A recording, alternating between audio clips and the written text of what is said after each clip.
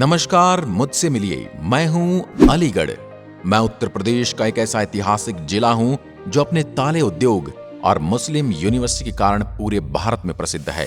1803 में मराठा और अंग्रेजों के बीच हुई लड़ाई में भी मेरा अहम योगदान रहा और यहाँ का किला आज भी उस युद्ध का जिक्र करता है।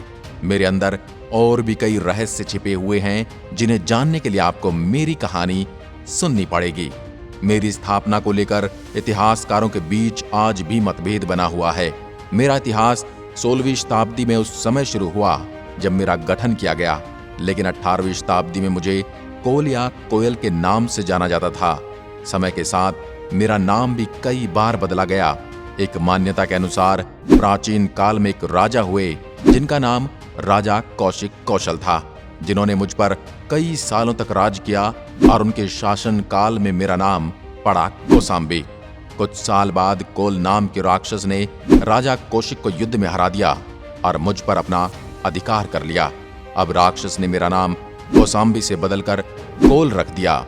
पौराणिक मान्यता के अनुसार इस राक्षस का वध श्री कृष्ण के बड़े भाई बलराम ने किया था, जिसके बाद दाऊ बलराम ने मुझे पांडवों को भेंट में दे दिया था और पांडवों ने कई साल तक मुझे अपनी राजधानी भी बनाए रखा।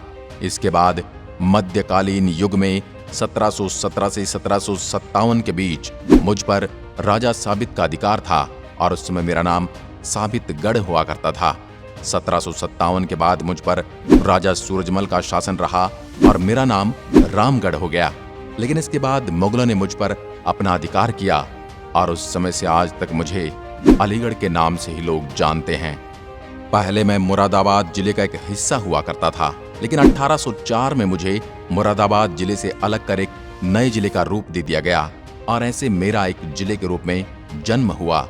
वर्तमान समय में मुझे कई पड़ोसी जिलों ने घेरा हुआ है। मेरे उत्तर में बुलंदशहर जिला, पूर्व में कासगंज और हाथरस जिला, व पश्चिम में मथुरा और हरियाणा का पलवल जिला स्थित है।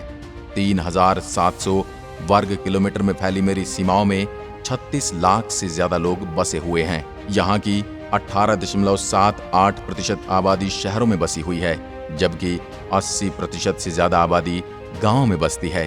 धार्मिक दृष्टिकोण से मुझ में 69.5% हिंदू, 19.95% मुस्लिम और बाकी अन्य धर्मों के लोग निवास करते हैं। मेरी साक्षरता दर 83% है। यहाँ पर अलीगढ़ यूनिवर्सिटी, धर्म समाज college, Jawaharlal Nehru medical college आदि यहाँ के प्रमुख शिक्षा केंद्र हैं। यहाँ के लोग हिंदी, उर्दू व अंग्रेजी भाषाओं का प्रयोग बोलचाल के लिए करते हैं। व्यवसाय की बात करें तो मेरे यहाँ के 11 लाख से ज्यादा लोग काम करने वाले हैं। इनमें सरकारी नौकरी वाले, प्राइवेट नौकरी करने वाले, किसान व मजदूर सभी शामिल हैं। मेरे यहाँ के ज्यादातर लोग खेती बाड़ी करते हैं। गंगा नदी के किनारे बसा होने की वजह से मेरा ज्यादातर इलाका उपजाऊ है और यहाँ के लोगों की इनकम यानी आय का मुख्य स्रोत खेती ही है। धान, गेहूं, मक्का, बाजरा, जौ, सरसों और आलू यहाँ की प्रमुख फसलें हैं। अगर आप किसी बाहरी शहर से मुझे देखने आते हैं तो मैं भारत की राजधानी दिल्ली से 156 किलोमीटर की दूरी पर और उत्तर प्रदेश की राजधानी लखनऊ से 381 किलोमीटर की दूरी पर बसा हुआ हूँ। मुझ में 5 तहसील, 12 ब्लॉक, 1 लोकसभा, 7 विधानसभा, 366 डाकघर, 26 पुलिस स्टेशन, 1 महिला पुलिस स्टेशन, 5 अस्पताल, 1 जिला कोर्ट, 1 नगर निगम और 858 ग्राम पंचायतें और 12 शहर हैं। मैं तालों के उद्योग की वजह से पूरे भारत में जाना जाता हूँ और इस वजह से मेरा एक नाम ताला नगरी भी है। 130 साल पहले जॉनसन कंपनी ने यहाँ तालों का निर्माण शुरू किया था। देश के 75% ताले मेरी धरती पर बनाए जाते हैं और इन तालों का डिजाइन काफी अलग होता है, जो कि काफी प्रसिद्ध है। यहाँ 5000 कंपनियां तालों का निर्माण करती हैं और इनमें 2 लाख से ज्यादा कर्मचारी काम करते हैं। इसके अलावा यहाँ के पीतल, लोहे और मूर्तिकला के व्यवसाय भी काफी ज्यादा प्रसिद्ध हैं। मुझे मेरे सुंदर पर्यटक स्थलों के लिए भी जाना जाता है।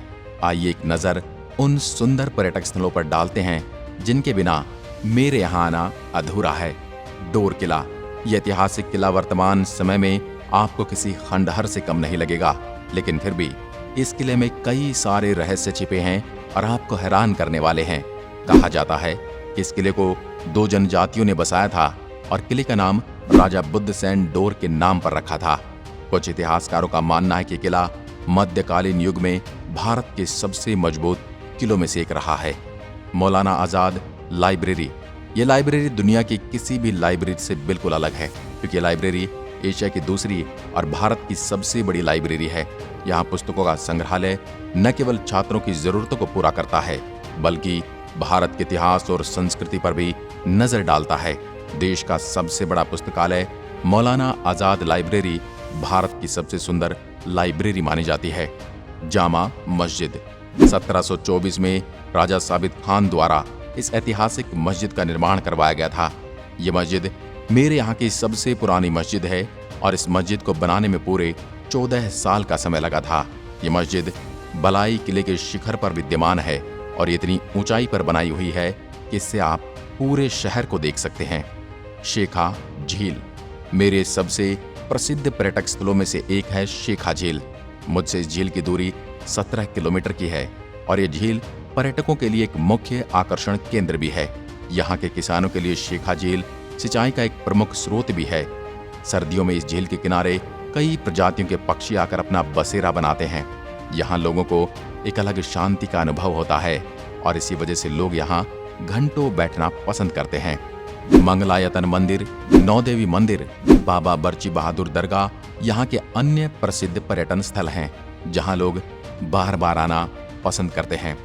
यदि आप भी मेरी धरती पर अभी तक नहीं आए हैं तो मैं अलीगढ़ आपको सादर आमंत्रित करता हूँ और आपको अपने बारे में और विस्तृत से बताने के लिए आपके साथ घूमना चाहता हूँ। आज की वीडियो में बस इतना ही। धन्यवाद। जय हिंद, जय भारत।